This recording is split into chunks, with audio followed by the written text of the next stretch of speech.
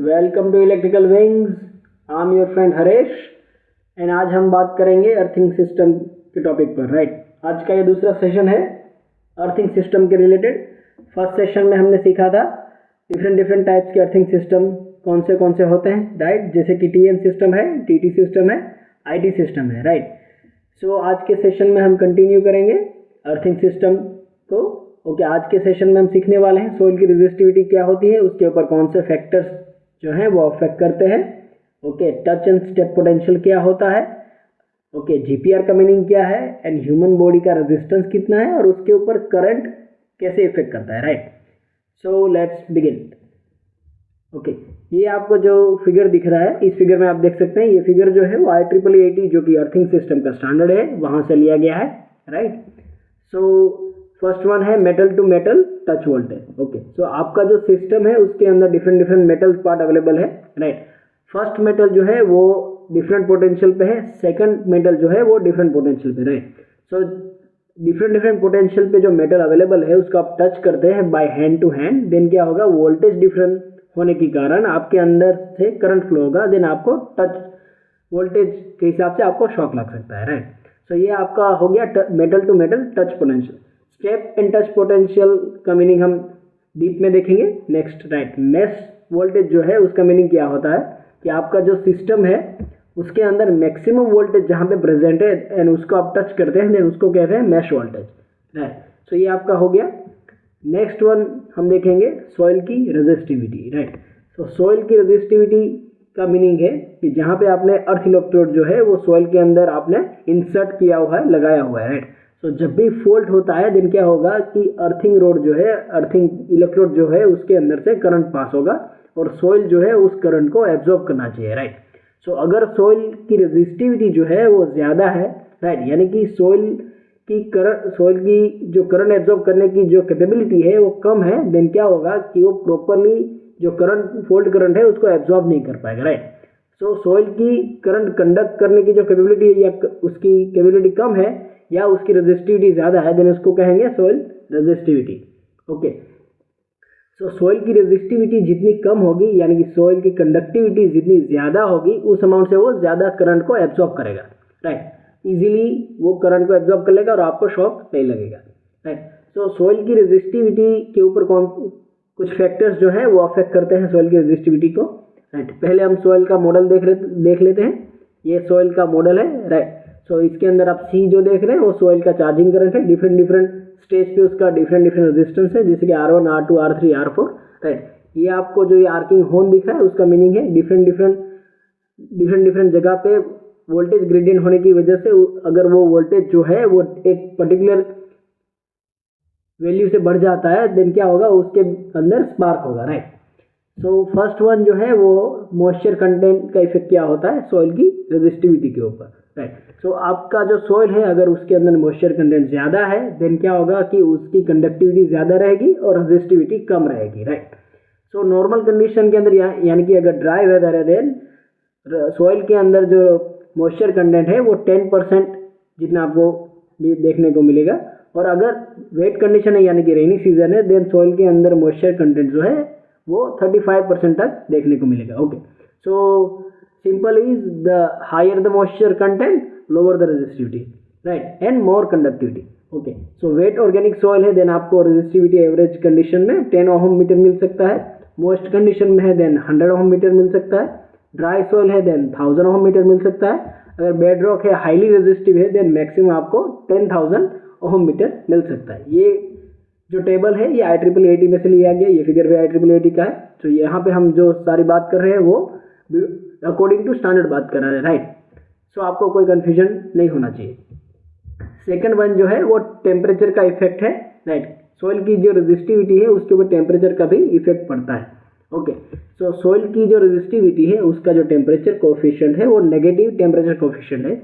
Negative temperature coefficient का meaning है कि जैसे जैसे टेम्परेचर जो है वो बढ़ता जाता है तो उसकी रेजिस्टिविटी जो है वो रिड्यूस होती जाती है।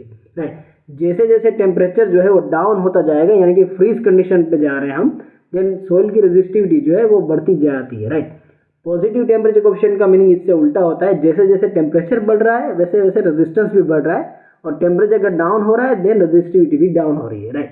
सो सोइल की रेजिस्टिविटी जो है वो नेगेटिव टेम्परेचर कोएफिशिएंट टाइप की है।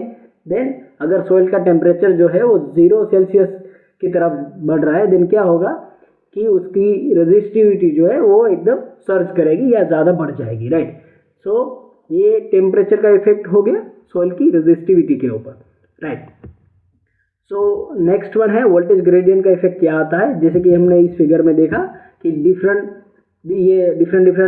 स्टेप है, यहाँ पे वोल्टेज पोटेंशियल डिफरेंट है, यहाँ पे वोल्टेज पोटेंशियल डिफरेंट है। अगर ये एक पर्टिकुलर लेवल से बढ़ जाता है, डाइलेक्ट्रिक मीडिया को क्रॉस करता है, तो यहाँ पे आपको स्पार्क देखने को मिल सकता है, लाइक सोइल के अंदर रहेगा, राइट।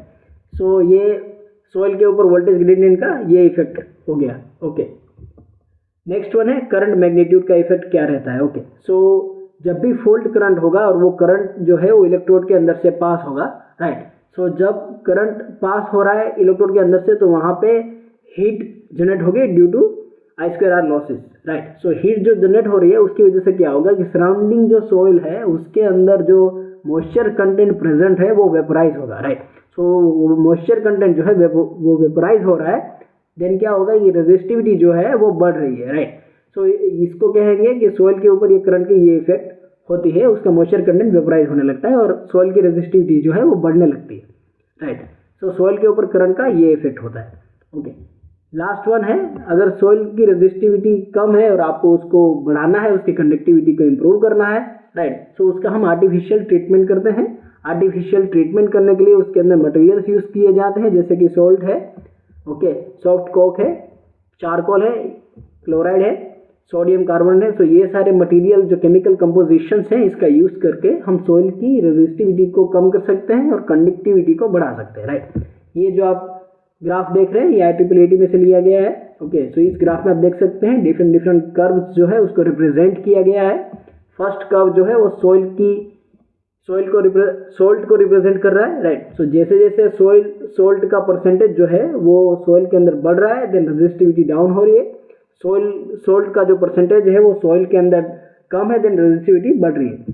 सेकंड कर्व जो है वो डेमोन्स्ट्रेट करता है मॉइस्चर कंटेंट को within the soil, right. So जैसे जैसे मॉइस्चर कंटेंट बढ़ रहा है यानी कि मैक्सिमम 45% परसेंटेज पे हो रहा है देन क्या होगा कि सोइल की रेजिस्टिविटी जो है वो कम हो रही है, राइट। नेक्स्ट वन है जैसे कि कर्व 3 है, देन वो टेम्परेचर को डेमोन्स्ट्रेट कर रहा है। जैसे जैसे टेम्परेचर जो है वो पॉजिटिव साइड में बढ़ता जा रहा है वैसे ही सोइल की रेजिस्टिविटी जो है वो डाउन हो रही है, राइट। अगर टेम्परेचर जो है वो नेगेटिव साइड में यानी कि माइनस में बढ़ रहा है, ओके, देन क्या होगा कि सोइल की रेजिस्टिविटी जो है वो बढ़ती जाएगी due to negative temperature coefficient, okay. So ये आपका डिफरेंट फैक्टर्स जो कि सोइल रेजिस्टिविटी को अफेक्ट करते हैं ये हो गया, ओके। नेक्स्ट है current density, okay. So current density का मीनिंग है कि आपने जो इलेक्ट्रोड जो है वो अर्थ के अंदर आपने इंसर्ट किया, लगाया है, राइट।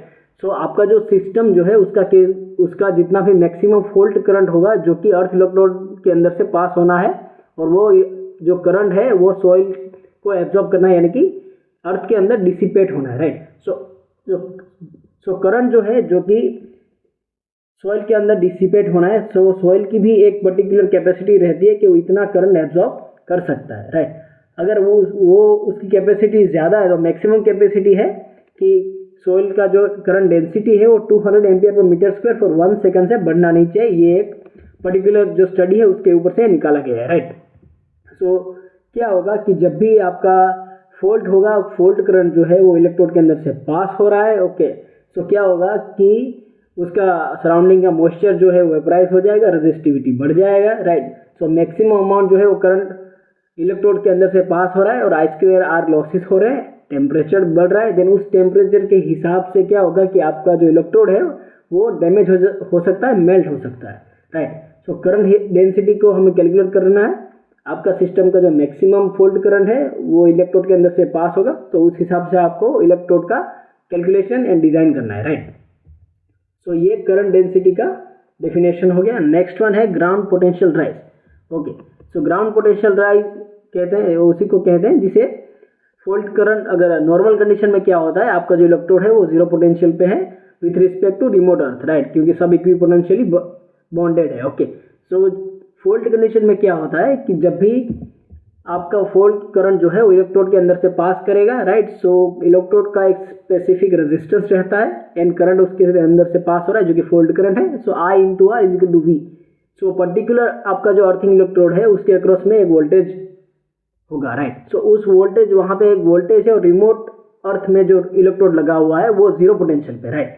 सो ये आप जहाँ पे फॉल्ट हुआ है उसका पोटेंशियल जो है विथ रिस्पेक्ट टू रिमोटली अर्थ वो बढ़ गया है, तो इसी को कहते हैं ग्राउंड पोटेंशियल रेज, राइट, जो कि सिर्फ फॉल्ट कंडीशन में होता है। ओके, नेक्स्ट वन है इक्विपोटेंशियल बॉन्डिंग। ओके, आपके घर के अंदर जितने भी मेटालिक पार्ट्स जो है जो कि एक्सपोज हो सकते हैं उन सबको आपको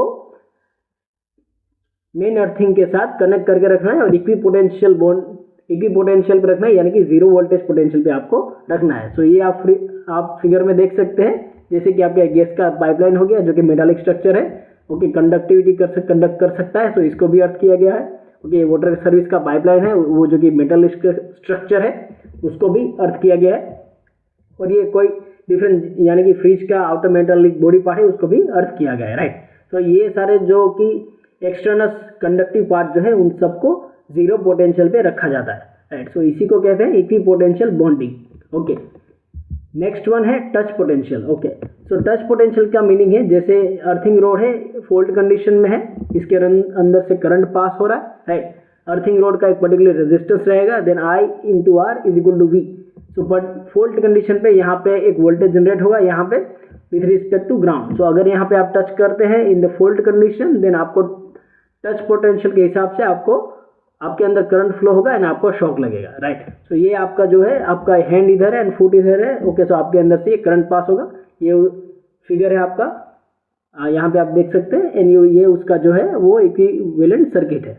ओके, सेम केस में अगर यहाँ पे फॉल्ट हुआ है देन आप ये स्टेप पोटेंशियल हो गया, राइट। सो यहाँ पे जो फॉल्ट हुआ है देन यहाँ पे वोल्टेज बढ़ जाएगा विथ रिस्पेक्ट टू ये रिमोट लेयर। सो ये जो डिफरेंस आपको देख रहे हैं इसी को कहते हैं GPR, ground potential rise. Okay, next one है स्टेप पोटेंशियल। स्टेप पोटेंशियल का मीनिंग क्या होता है, जैसे आप देख रहे हैं फिगर में, ये 11 kV का लाइन जा रहा है, राइट। इसमें से कोई एक पर्टिकुलर लाइन जो है वो नीचे गिर गई, यानी कि लाइन टू ग्राउंड फॉल्ट हो चुका है। देन क्या होगा उस कंडीशन में, अगर अपस्ट्रीम का ब्रेकर ट्रिप नहीं हुआ है, लाइव चार्ज कंडीशन में है और सरफेस ऑफ द ग्राउंड अभी वो पड़ा हुआ है, देन क्या होगा कि उसके अंदर रेडियल जो है वोल्टेज ग्रेडियंट बनते जाएंगे, right. So near the conductor जो है वो सबसे ज़्यादा वोल्टेज पोटेंशियल रहेगा।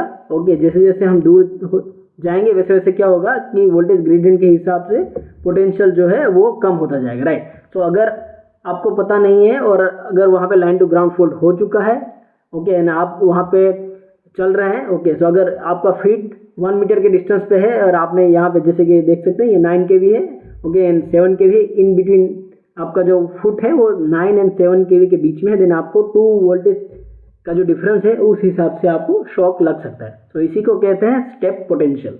ओके, सो स्टेप पोटेंशियल से बचने के लिए जब भी आपको फॉल्ट हुआ हो कहीं पे, देन आपको दोनों पैरों को एक साथ में लेके चलना है ताकि voltage difference between the 2 foots जो है वो जीरो रहेगा, राइट। सो नेक्स्ट वन है ह्यूमन बॉडी रेजिस्टेंस। ह्यूमन की जो बॉडी है उसका डिफरेंट पार्ट्स में डिफरेंट रेजिस्टेंस रहता है, जैसे कि ईयर टू ईयर जो है आपका ह्यूमन बॉडी का जो रेजिस्टेंस है वो 100 ohms रहता है। ओके, हैंड टू फीट जो है वो 400 to 600 ohms रहता है। हैंड टू हैंड है जो कि 1000 ohms के इक्विवेलेंट रहता है। अगर ह्यूमन बॉडी का जो रेजिस्टेंस है वो ड्राई स्किन के लिए ज़्यादा रहता है, between 1 lakh to 6 lakh. Okay, so ये ह्यूमन बॉडी का रेजिस्टेंस का वैल्यूज हो गया। नेक्स्ट वन है करंट का इफेक्ट क्या पड़ता है ह्यूमन बॉडी के ऊपर, राइट। सो अगर 1 मिली एम्पियर फ्लो हो रहा है देन आपको सिर्फ टिल्टिंग फिगर होगा, आपको टिल्टिंग फील होगा, आप उसको फील कर सकते हैं। 5 मिली एम्पियर का फ्लो हो रहा है देन आपको स्लाइट शॉक फील हो सकता है। अगर 6 to 30 मिली एम्पियर है देन आपको पेनफुली शॉक लग सकता है। ओके, सो इतना 30 मिली एम्पियर जो है वो हम कैपेबल हैं रेजिस्ट करने के लिए, राइट। सो इसीलिए ELCB का जो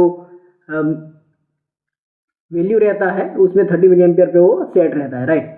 सो 30 मिली एम्पियर पे वो ट्रिप कर जाता है। ओके, नेक्स्ट है 50 to 150 मिली एम्पियर अगर है देन आपको एक्सट्रीम पेन हो सकता है, मस्क्यूलर कॉन्ट्रैक्शन हो सकता है, राइट। अगर 1000 मिली एम टू 4300 मिली एम्स है देन आपको वेंटिकुलर फिब्रिलिएशन हो सकता है और कार्डियक अरेस्ट भी हो सकता है। ओके, अगर मोर देन 10,000 मिलीएम्प्स है, देन क्या होगा, आपको severe Burns and sudden death भी हो सकता है, राइट। सो ये आज के सेशन में हमने सीखा, ओके, ये ह्यूमन बॉडी रेजिस्टेंस और उसके ऊपर करंट का इफेक्ट क्या होता है, right. So that's for today guys, today we have learn so much, okay, I hope you learn something new, okay. If you like the video please like, share and subscribe to my channel and stay tune for learning. Earthing system का जो part है, ये जो topic है वो काफ़ी लंबा है, सो इसके अंदर और भी वीडियोस आने वाले हैं, so stay tune, thank you.